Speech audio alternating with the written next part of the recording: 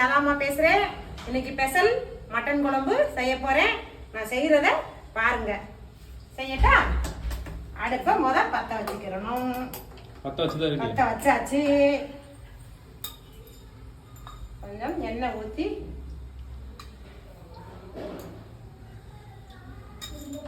காய விட்ட பிறகு போடணும். வறுத்து போடணும். அப்படின்னா நல்லா இருக்கும் மட்டன் குழம்பு.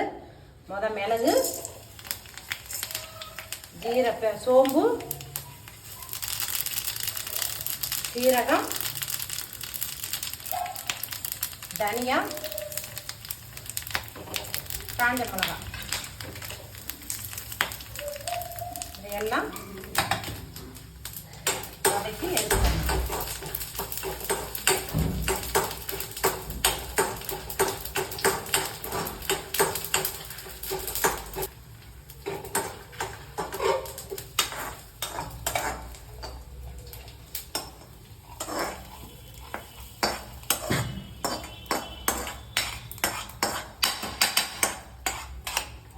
வதக்கி எடுத்த பிறகு அரிசி தனியாக தான் வறுத்தெடுக்கணும். அதோட வறுத்தெடுத்தால் ரொம்ப கறியிடும்.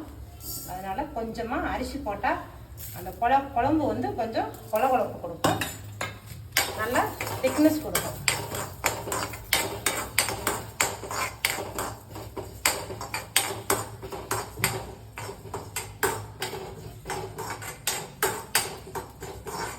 இதே சிக்கனுக்கும் இந்த மாதிரி வறுத்துக்கலாம், குடலுக்கும் இந்த மாதிரி வறுத்துக்கலாம், தலை குழம்புக்கும் இந்த மாதிரி வறுத்து செஞ்சால் நல்லா டேஸ்ட் கொடுக்கும். காரம் வேணா இன்னும் 2 வத்தல் சேர்த்து போட்டு காரமும் போட்டுக்கலாம்.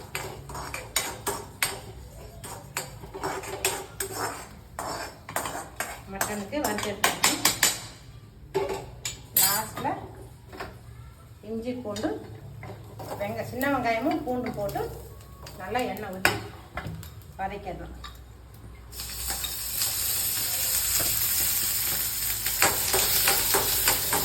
வெங்காயமும் பூண்டும் லாஸ்ட்டாக நல்லா கிரேவி ஆகி இறக்க போகும்போது தான் தேங்காய் கொஞ்சம் போட்டு இந்த வெங்காயம் பூண்டு லாஸ்ட்டில் 1-2 அடித்து ஊற்றி இறக்கணும்.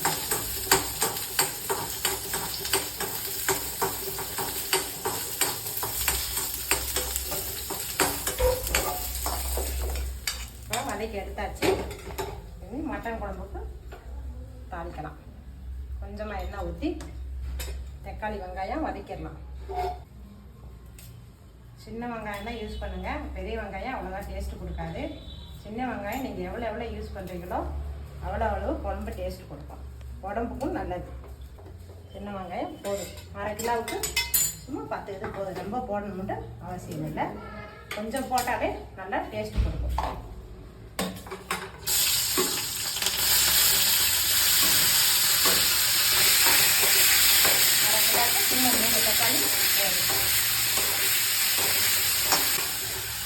கொஞ்சம் உப்பு போட்டு வதக்கினா ஏமா தக்காளி வெங்காயம் நல்லா மெல்ல உப்பு போட்டு வதக்கணும்.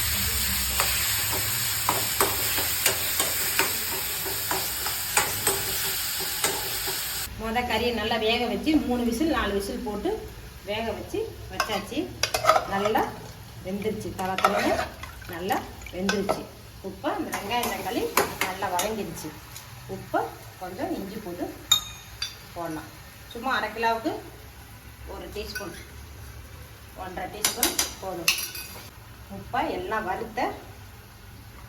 எல்லாம் பொடி பண்ணி நல்ல தண்ணி ஊற்றி நல்ல மையாக அரைச்சி வச்சுருக்கு. அது கொஞ்சம் போட்டு தேவையான நல்லா கிளறி வச்சுட்டு மஞ்சத்தூள் கொஞ்சம்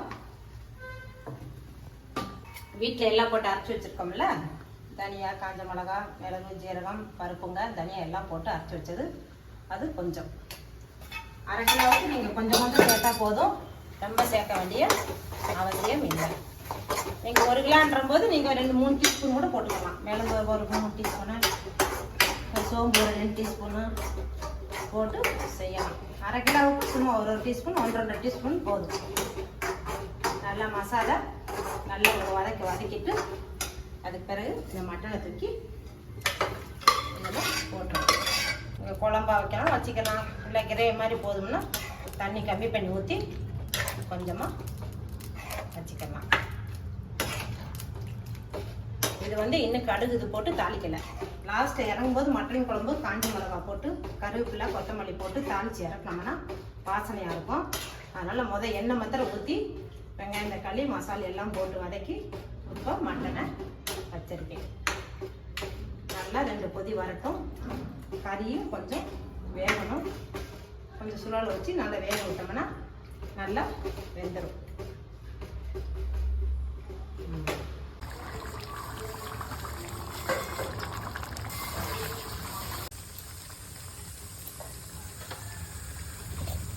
நல்லா மட்டன் நல்லா கிரேவி ஆயிடுச்சு. இப்போ இதை வதக்கி வச்ச பூண்டு தேங்காவை நல்லா அடிச்சிடணும். அதுக்கப்புறம் அந்த வெங்காயமும் பூண்டும் போட்டு 1-2 தான் அடிக்கணும். ரொம்ப வலுவல்னு அடிக்கணும். தேங்காய் மாத்திரம் நல்லா வலுவல்னு அடிச்சுக்கணும். அடிச்சுட்டு உங்களுக்கு மட்டனுக்கு வந்து ரொம்ப தேங்காய் ஊற்றக்கூடாது.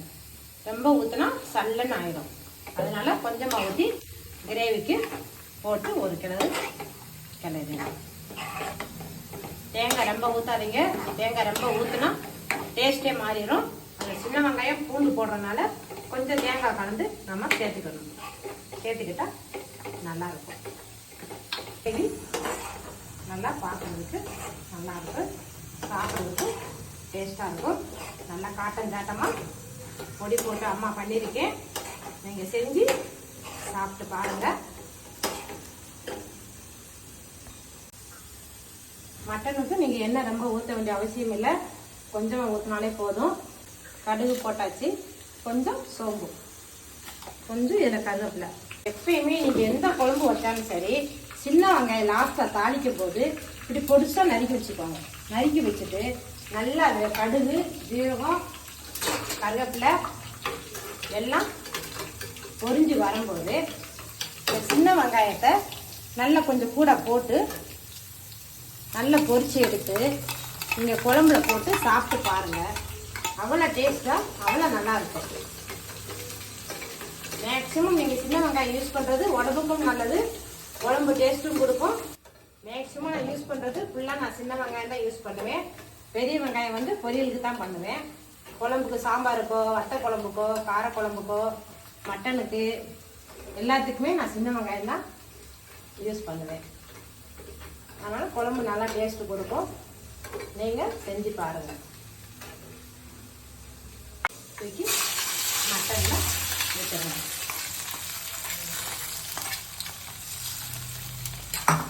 ஊற்றிட்டு ஒரு கிளறி விட்டுங்க. அவ்வளோதான், மட்டன் கிரேவி முடிஞ்சிருச்சு. இப்போ மட்டன் கிரேவி ரெடி ஆயிடுச்சு. நாங்கள் சாப்பிட்டு பார்த்து உங்களுக்கு சொல்கிறோம். நீங்களும் வீட்டில் ட்ரை பண்ணுங்கள். பார்த்துட்டு என்ன குழம்புக்கு என்ன வேணும்ட்டு கமெண்ட் போடுங்க. சாப்பிட்டு பார்க்குறேன் அம்மா. என்ன நீங்களே செஞ்சு நீங்களே நல்லா இருக்குன்னு சொல்கிறீங்களா? நீங்கள் நினைக்காதீங்க, நீங்கள் செஞ்சு சாப்பிட்டு சொல்லுங்கள். நல்லா சூப்பராக இருக்குது கிரேவி. நல்லா சாப்பாட்டுக்கு வச்சு சாப்பிட்டுக்கலாம், சப்பாத்திக்கும் வச்சு சாப்பிட்டுக்கலாம், தோசைக்கும் வச்சு சாப்பிட்டுக்கலாம். தேங்க்யூ.